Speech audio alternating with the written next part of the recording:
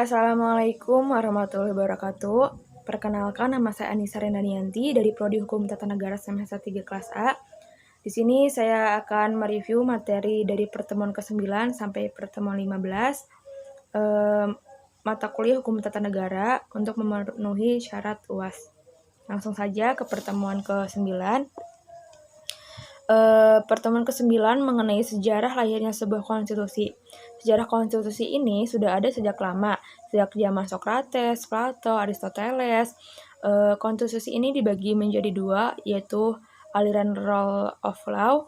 Aliran ini menjelaskan bahwa hukum dasar tidak harus tertulis, artinya tidak ada hukum dasar yang tertulis bagi negara yang mengatur sistem ini.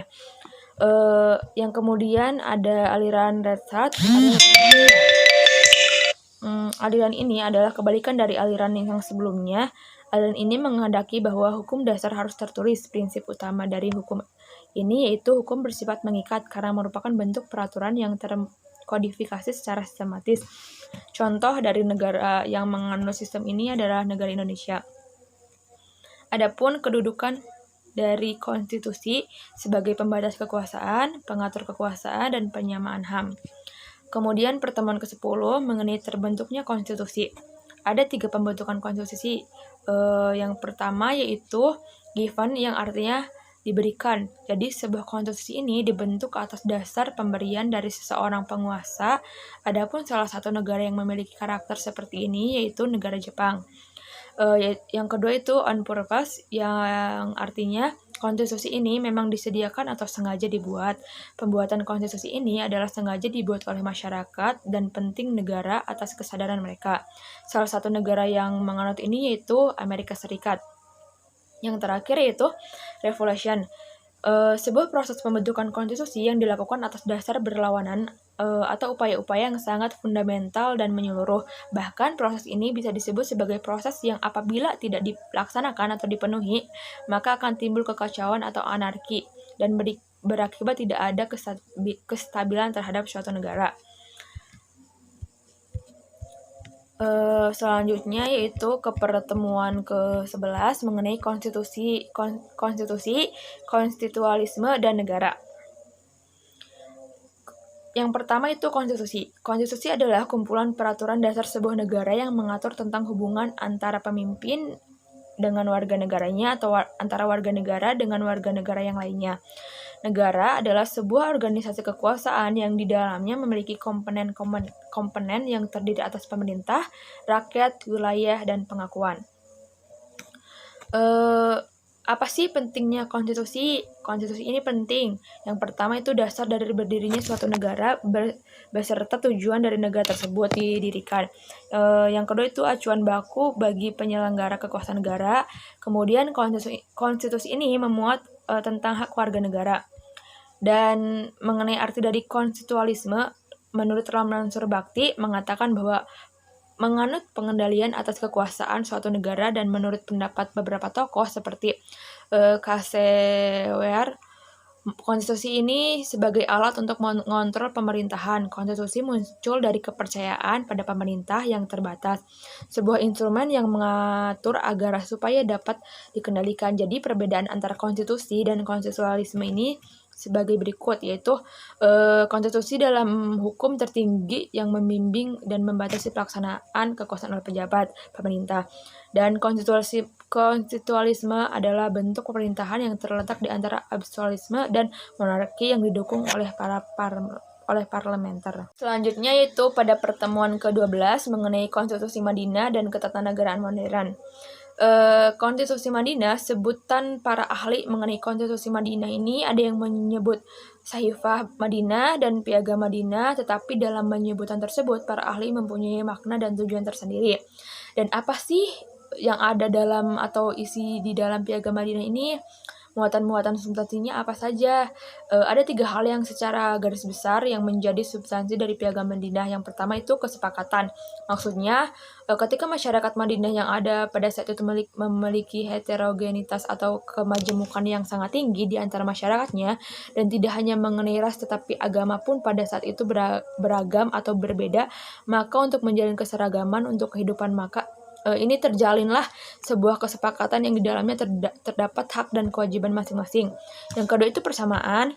Yang ketiga itu keadilan, yaitu memperoleh perlakuan adil dari negara dan pemerintah. Apakah Piagam Madinah ini konstitusi atau bukan? Dan ini masih menjadi perdebatan hingga saat ini. Di dalamnya terdapat dua golongan yang menerima dan ada juga yang menolak. Mereka yang menerima mengatakan bahwa konstitusi Madinah sudah memenuhi unsur, dan yang tidak menerima atau menolak, mereka mengatakan bahwa di dalam Piagam Madinah tersebut tidak mengatur pembagian kekuasaan. Selanjutnya yaitu pertemuan ke-13 mengenai faktor-faktor daya ikat konstitusi. Ada 3 hal yang menjadi penentu kuat atau tidaknya ikatan sebuah konstitusi. Yang pertama itu hukum. Hukum atau konstitusi itu mengikat karena ia ditetapkan oleh badan yang berwenang membentuk hukum. Kemudian konstitusi itu dibuat untuk dan atas nama rakyat. Yang kedua itu politik. Kekuasaan tanpa hukum adalah zalim. Hukum tanpa kekuasaan akan lumpuh. Salah satu penentu dari sebuah konstitusi yaitu politik. Ini sebuah aktivitas kenegaraan atau kekuasaan yang berperan sebagai penentu dan menerbitkan hukum. Yang ketiga itu moral. Moral itu otonom atau teonom. Yang dimaksud dengan teonom adalah hukum abadi, kehendak ilahi yang mengarah segala ciptaannya ke arah tujuan mereka sebagai landasan yang terdalam dari hukum atau peraturan. Di dalam moral juga dikenal sanksi, tetapi sanksi ini bersifat bukan lahiriah, melainkan bersifat batiniah seperti rasa malu atau menyesal. Kemudian pertemuan ke-14 mengenai sejarah ketatanegaraan Indonesia pra dan pasca kemerdekaan. Di sini sejarahnya banyak banget, cuma akan disingkat saja. Yang pertama itu sistem pra kemerdekaan. Ada penjajah Belanda. Indonesia dianggap sebagai Hindia Belanda atau bagian kerajaan Belanda. Pada saat itu, Indonesia belum diakui sebagai negara yang berdaulat. Peraturan perundang-undangan pada saat penjajahan Belanda disebut sebagai Undang-Undang Kerajaan Belanda. Kemudian ada sistem ketatanegaraan Hindia Belanda. Kekuasaan eksekutif dilakukan oleh Gubernur Jenderal dengan kewenangan sangat luas dan dibantu oleh Badan Penasehat Kekuasaan Kehakiman. Adapun penjajahan Jepang, sistem pada saat penjajahan Jepang berbeda dengan Belanda. Ada 2 penguasa, yaitu pendudukan Jepang di Indonesia dan menjanjikan kemerdekaan, membentuk PPKI. Kemudian pada tanggal 14 Agustus, Jepang menyerah pada sekutu. Pada masa penduduk Jepang tidak dibenarkan mengubah susunan ketatanegaraan atau hukum di Hindia Belanda. Jepang ini hanya meneruskan kekuasaan pemerintah Belanda, dan kekuasaan tertinggi ada pada bala tentara Jepang, bukan pemerintahan Belanda. Jepang membagi menjadi 3 wilayah besar di Indonesia, yaitu Pulau Sumatera, Pulau Jawa, dan daerah selebihnya. Dan ada pasca kemerdekaan yaitu Undang-Undang 1945, RIS, UUDS 1950, Orde Lama, dan Orde Baru. Kemudian pertemuan terakhir yaitu pertemuan 15 mengenai hukum kewarganegaraan. Pengertian kewarganegaraan menurut Undang-Undang Nomor 12 Tahun 2006, warga negara Indonesia adalah orang-orang bangsa Indonesia asli dan orang-orang bangsa lain yang disahkan dengan undang-undang sebagai warga negara.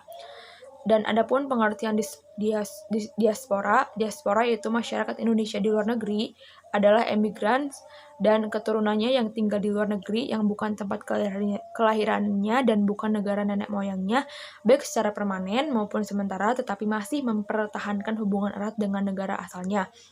Adapun asas-asas yang menjadi hukum kewarganegaraan Indonesia, yang pertama itu asas ius sanguinis, asas yang menentukan kewarganegaraan orang berdasarkan keturunan, bukan berdasarkan negara tempat kelahiran. Kemudian ada asas ius soli. Asas ini menentukan kewarganegaraan seseorang berdasarkan negara tempat kelahirannya yang diberlakukan terbatas bagi anak-anak sesuai peraturan yang diatur dalam undang-undang. Kemudian ada asas kewarganegaraan tunggal, yaitu asas yang menentukan suatu kewarganegaraan bagi setiap orang. Kemudian asas kewarganegaraan ganda, yaitu asas yang menentukan kewarganegaraan ganda bagi anak-anak sesuai dengan ketentuan yang diatur undang-undang kewarganegaraan. Yang selanjutnya itu duit kewarganegaraan. Yang pertama duit kewarganegaraan terbatas, kemudian duit kewarganegaraan penuh seperti halnya di Amerika yang menerapkan wajib militer bagi warga negaranya yang sudah diakui oleh negara. Kemudian ada duit kewarganegaraan bersyarat, contohnya Spanyol, Pakistan, Maroko, negara yang memiliki dan adapun negara yang memiliki karakteristik kewarganegaraan yaitu Sri Lanka, Belanda, Jerman, dan Vietnam. Mungkin cukup sekian dari saya. Mohon maaf apabila ada kekeliruan.